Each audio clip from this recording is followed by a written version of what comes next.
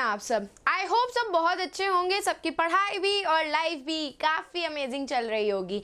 मैं हूं आपकी अपनी Khushboo ma'am, biology master teacher at Vedantu, और आज के सेशन में मैं आपको मिड टर्म्स के चैप्टर वाइज इंपॉर्टेंट टॉपिक्स बताने वाली हूं जो आपके लिए काफ़ी इंपॉर्टेंट होने वाले हैं, ना सिर्फ मिड टर्म्स के लिए, इवन प्री बोर्ड्स के लिए भी और बोर्ड्स के लिए भी। तो मेक श्योर आप ज़रूर करना कि आप इस छोटे से सेशन को स्टार्ट से लेकर एंड तक ज़रूर देख रहे हो, क्योंकि इस एक पर्टिकुलर सेशन में ना सिर्फ इंपॉर्टेंट टॉपिक्स बताऊंगी, आपको ये भी बताऊंगी कि किस एक पर्टिकुलर टॉपिक से कितने मार्क्स के क्वेश्चंस आते हैं। तो उसको देखना मत भूलना, आपके लिए ये काफ़ी इंपॉर्टेंट होने वाला है। ठीक है, चलो तो let's start our session without wasting much more time. Here we go with one of the first chapter and one of the most important chapter, that is your life process chapter. देखो ये एक chapter सबसे high scoring chapter है। Late me tell you, ये आपका सबसे high scoring chapter है। इसी चैप्टर में से मैक्सिमम अमाउंट ऑफ क्वेश्चंस आपके बायो के सेक्शन में आएंगे, बोर्ड्स में भी, प्री बोर्ड्स में भी, मिड टर्म्स में भी। तो इसका वेटेज ना 9 to 12 मार्क्स के बीच में वैरी कर जाता है। 9 मार्क्स के क्वेश्चन भी आ सकते हैं, 10 मार्क्स के भी आ सकते हैं, 11 मार्क्स के भी आ सकते हैं और 12 मार्क्स के भी आ सकते हैं। तो अगर मैं बात करूं इनके इंपॉर्टेंट टॉपिक्स की, तो अब तक ना सिर्फ एक बार आपका ऑटोट्रॉफिक और हेटेरोट्रॉफिक न्यूट्रिशन में डिफरेंस आ चुका है, वो भी मैक्स टू मैक्स 3 नंबर का। ठीक है, लेकिन हाँ, आपका वो जो फोटोसिंथेसिस के स्टेप्स हैं, फोटोसिंथेसिस के जो स्टेप्स आपके दिए हुए हैं 3 स्टेप, एंड साथ साथ में आपकी एक्टिविटीज़ जो है फोटोसिंथेसिस की, दे आर वेरी इंपॉर्टेंट। ये दोनों ही चीज़ें आपकी बहुत इंपॉर्टेंट हैं, वो चाहे आपका फोटोसिंथेसिस के तीनों स्टेप क्यों ना हो, और वो चाहे आपके फोटोसिंथेसिस से रिलेटेड आपकी जो एनसीईआरटी एक्टिविटीज़ गिवन है वो ही क्यों ना हो। वो सारी एक्टिविटीज़ से हर बार क्वेश्चन आपके एग्जाम में आया हुआ है। इवन आपके जो सीनियर से उनके एग्जाम में भी वेरीगेटेड लीफ के ऊपर क्वेश्चन आया था, जो कौन सा पार्ट वेरीगेटेड लीफ का फोटोसिंथेसिस करता है या नहीं करता, इसके ऊपर एक एक्टिविटी बेस्ड क्वेश्चन आया था, तो उनको पढ़ना मत भूलना। उसके बाद अगर मैं रेस्पिरेशन टॉपिक की बात करूं, तो रेस्पिरेशन टॉपिक में आपका aerobic respiration and anaerobic respiration, ठीक है, इन दोनों टॉपिक्स के ऊपर आपका डिफरेंस बेस्ड क्वेश्चन आ सकता है। कैसा? एक डिफरेंस बेस्ड क्वेश्चन आ सकता है, या फिर आपसे वो 3 मार्क्स का लॉन्ग आंसर पूछ लेंगे कि किन 3 तरीकों से, what are the 3 different ways जिसको यूज करके आपका जो ग्लूकोज है वो ब्रेक डाउन होता है। तो आपको पता ही है, एरोबिक रेस्पिरेशन और एनारोबिक रेस्पिरेशन को मिला करके 3 तरीके होते हैं, जिसमें से आपका ग्लूकोज पायरुवेट में टूटता है, फिर पायरुवेट से वो आपके aerobic and anaerobic respiration perform करता है। तो उससे आपके कॉम्पिटेंसी बेस्ड क्वेश्चंस और इवन आपके केस बेस्ड क्वेश्चंस भी आ सकते हैं। तो respiration topic is very important.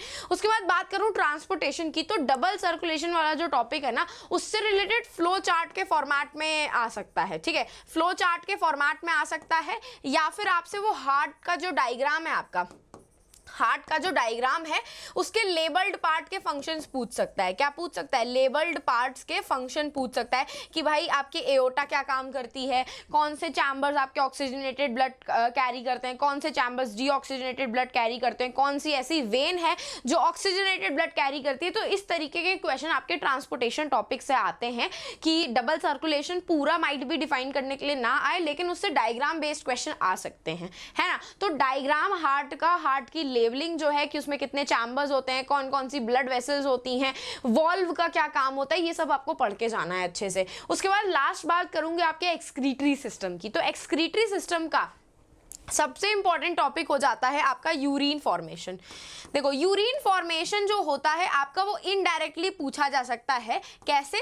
कि नेफ्रॉन का स्ट्रक्चर डिफाइन करो और नेफ्रॉन का फंक्शन क्या होता है वो डिफाइन करो। तो अगर आप नेफ्रॉन का फंक्शन डिफाइन करोगे तो वहां पे तो आपको यूरिन फॉर्मेशन नहीं बतानी पड़ेगी ना, क्योंकि अल्टीमेटली आपकी नेफ्रॉन करती क्या है? यूरिन का ही तो फॉर्मेशन करती है। तो ये चीज एक्चुअली होती है कि नेफ्रॉन के साथ साथ आपको फिर यूरिन फॉर्मेशन भी पढ़ना पड़ जाता है। और यहाँ पे आपका अब तक एक बार आपसे पूछ चुके हैं कि एक्सक्रीटरी सिस्टम में जो आपके पार्ट्स रहते हैं, जैसे कि किडनी होती है, यूरेटर्स होते हैं, यूरिनरी ब्लैडर और यूरेथ्रा के एक एक फंक्शन पूछे गए कि किडनी का क्या फंक्शन होता है, यूरेटर का क्या काम होता है, यूरिनरी ब्लैडर क्या करती है आपकी, और यूरेथ्रा क्या करती है। और रही बात आपके डाइजेशन टॉपिक की, तो डाइजेशन टॉपिक के जो एंजाइम्स हैं, डाइजेशन में आपके जितने भी एंजाइम्स आपने पढ़े हैं, वो चाहे सलाइवरी एमाइलेस हो गया, पेप्सिन हो गया, म्यूकस हो गया, हाइड्रोक्लोरिक एसिड हो गया, पेनक्रियाटिक एंजाइम्स हो गए, इन सब के फंक्शंस बहुत इंपॉर्टेंट है। इनके फंक्शंस बेस्ड क्वेश्चन 1 मार्कर में भी आ सकते हैं, और इवन आपके सीनियर्स के पेपर में 3 मार्क्स में भी आया था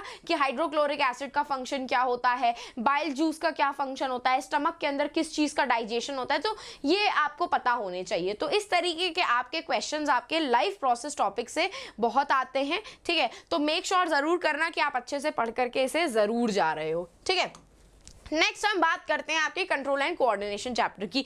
ये चैप्टर से ना क्वेश्चन ज्यादा नहीं बनते हैं, 4 to 6 मार्क्स के क्वेश्चन आपके बनते हैं, लेकिन इसमें से फ्यू मोर टॉपिक्स हैं जिनसे क्वेश्चन हर बार आते हैं। भले इस चैप्टर का मार्क्स वेटेज क्यों ना कम हो, लेकिन इस चैप्टर से एक ना एक ऐसा टॉपिक है जो हर साल रिपीट होता है, और वो टॉपिक आप गेस कर सकते हो कौन सा है, हमारा दिमाग, मतलब ब्रेन। ब्रेन आपका एक ऐसा टॉपिक है ना जिससे आपके हर बार क्वेश्चन आते हैं। आप अगर अपने सीनियर का पेपर उठा करके देख लोगे ना, 2023 का, 2019 का, 20 का, कंपार्टमेंट एग्जाम का, सब में ब्रेन का आपको एक ना एक क्वेश्चन जरूर मिलेगा। या तो वो एमसीक्यू बेस्ड होगा, या तो वो असर्शन रीजन वाला क्वेश्चन होगा, या तो वो आपका 2 मार्कर का या तो 3 मार्कर का क्वेश्चन होगा, लेकिन होता जरूर है, गारंटी है। तो ब्रेन के पार्ट्स के फंक्शन आपको नहीं छोड़ करके जाने। अगर आपको डाउट होता है कि क्या ब्रेन का डायग्राम पूछा जा सकता है, तो माइट भी वो स्कूल लेवल पे आपसे पूछ ले, लेकिन बोर्ड्स में अभी तक ब्रेन का डायग्राम ड्रॉ करने के लिए नहीं आया है।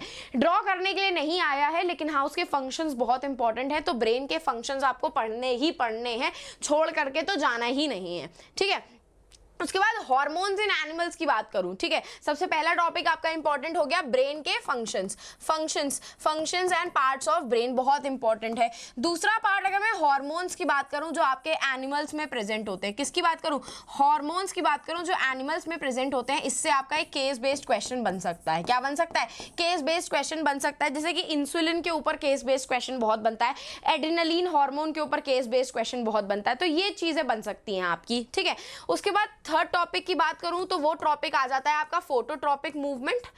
फोटोट्रॉपिक मूवमेंट और फोटोट्रॉपिक मूवमेंट से रिलेटेड इनके जो प्लांट हार्मोन्स होते हैं, जिनको हम फाइटो हार्मोन्स बोलते हैं, ये फाइटो हार्मोन्स के ऊपर एमसीक्यू आना बहुत ही ज्यादा लाजमी है। मतलब फाइटो हार्मोन्स आपके वो चाहे ऑक्सिन हो, गिबरलिन हो, साइटोकाइनिन हो, इनके ऊपर ना कॉम्पिटेंसी बेस्ड क्वेश्चंस बहुत आते हैं कि तुम्हें अगर उसने दे दिया कि फ्रूट आपके पास रखे हुए हैं, धीरे धीरे करके वो राइप होकर के सड़ जाते हैं, तो क्यों सड़ जाते हैं, ऐसा कौन सा प्लांट हार्मोन है जो आपकी फ्रूट की राइपनिंग के लिए रिस्पॉन्सिबल है। तो ऐसे कॉम्पिटेंसी बेस्ड वो क्वेश्चंस आपसे पूछते हैं। अगर पूछा गया कि आपके पेशेंट को डायबिटीज हो गई है, तो उस केस में डॉक्टर उसे क्या मना करता है, आपको पता ही है। इन केस ऑफ डायबिटीज उसको वो शुगरी फूड खाने से मना करता है, शुगर खाने से मना करता है, उसको इंसुलिन के इंजेक्शंस लगते हैं।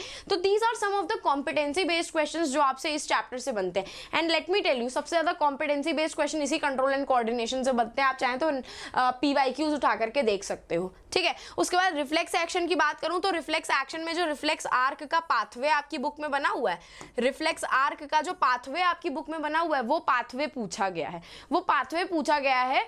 तो उस पाथवे को अच्छे से पढ़ लेना। जितना कॉम्प्लेक्स डायग्राम उसमें दिया हुआ है ना, वो कॉम्प्लेक्स डायग्राम नहीं पूछा गया, फ्लो चार्ट के फॉर्मेट में पूछा गया कि अगर आपका सबसे पहले इंफॉर्मेशन आएगी तो कहां पे आएगी, आपको पता है रिसेप्टर पे आएगी। रिसेप्टर से वो इंफॉर्मेशन कहां जाती है, आपके सेंसरी न्यूरॉन में जाती है, सेंसरी न्यूरॉन से इंफॉर्मेशन फिर स्पाइनल कॉर्ड में जाती है। तो this is the flow chart और this is the entire reflex arc जो आपको पूछा जा सकता है।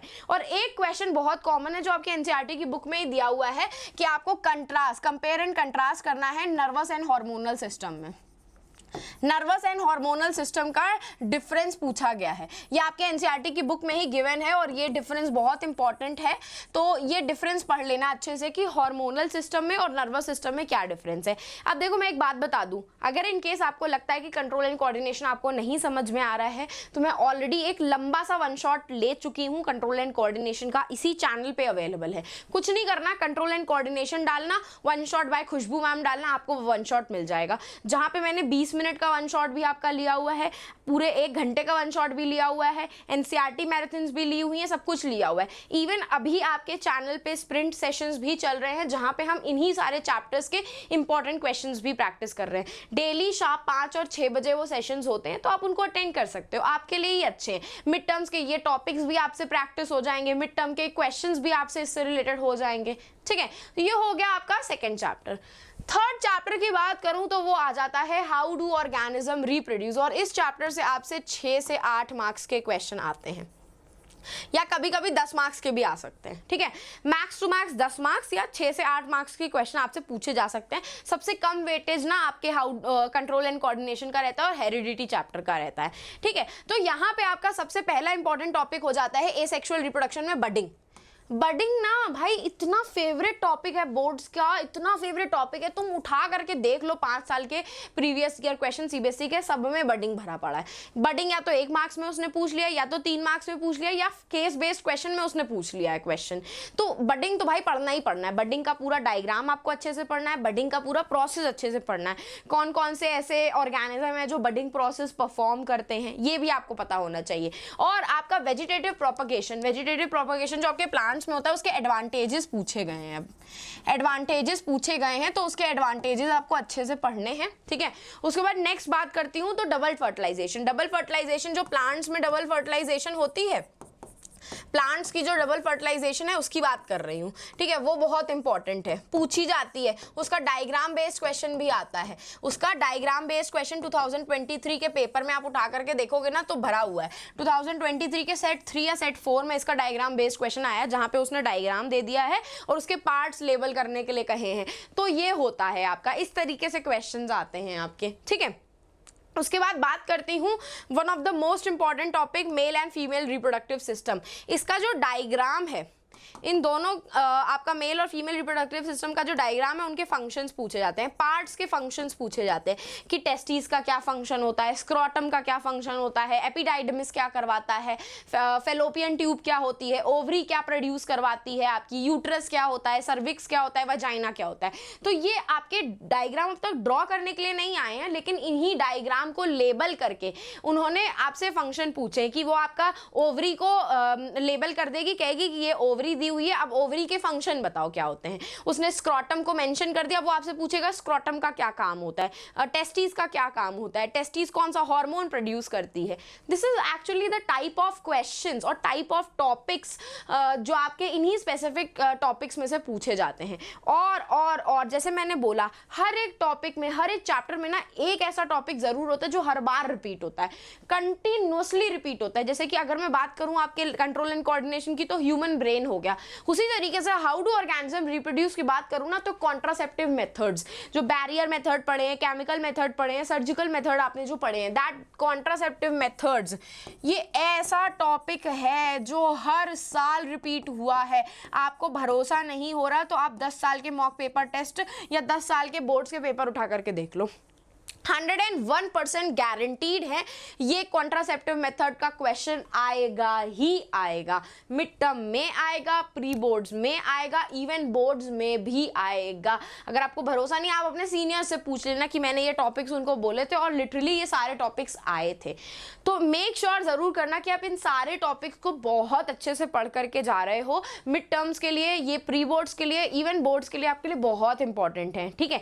इसी तरीके से अगर आपको क्वेश्चन प्रैक्टिस करने हैं मिड टर्म्स के, हम आपके लिए लेकर के आए हैं मिड टर्म की टेस्ट सीरीज। ये टेस्ट सीरीज ना आपके बिल्कुल फ्री ऑफ कॉस्ट है, जैसे आप देख सकते हो फ्री लिखा हो, बिल्कुल फ्री ऑफ कॉस्ट है। अब ये मिड टर्म टेस्ट सीरीज में है क्या, अगर आप सेशन के डिस्क्रिप्शन बॉक्स में विजिट करोगे, अगर मैं आपको सेशन का डिस्क्रिप्शन बॉक्स दिखाऊं तो आपको एक लिंक दिखेगा, class 10 mid term free resources. बस इस लिंक पे आपको क्लिक करना है। मैंने अभी तक रजिस्टर नहीं किया है, यहाँ पे आपको अपना नंबर रजिस्टर करना पड़ेगा, क्योंकि अगर मैं यहाँ पे अपने मेल से रजिस्टर करूंगी ना तो ये ओपन नहीं होगा।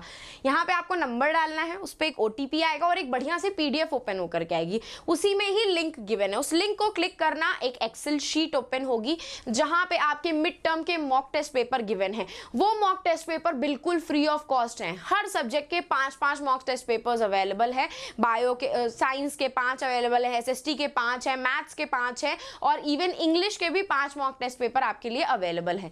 तो इनको पढ़ना और प्रैक्टिस करना मत भूलिएगा, क्योंकि इनके सोल्यूशंस भी उसी में ही गिवन है, ठीक है, इनके सोल्यूशंस भी उसमें गिवन है, तो आपको कहीं इधर उधर भागने की जरूरत नहीं पड़ेगी। तो बस अब जाते जाते क्या करना है, टेलीग्राम चैनल को आप सब लोग ज्वाइन कर लीजिएगा, क्योंकि इसी टेलीग्राम चैनल पे जब हम लाइव आते हैं तो आपको अपडेट जरूर देते हैं।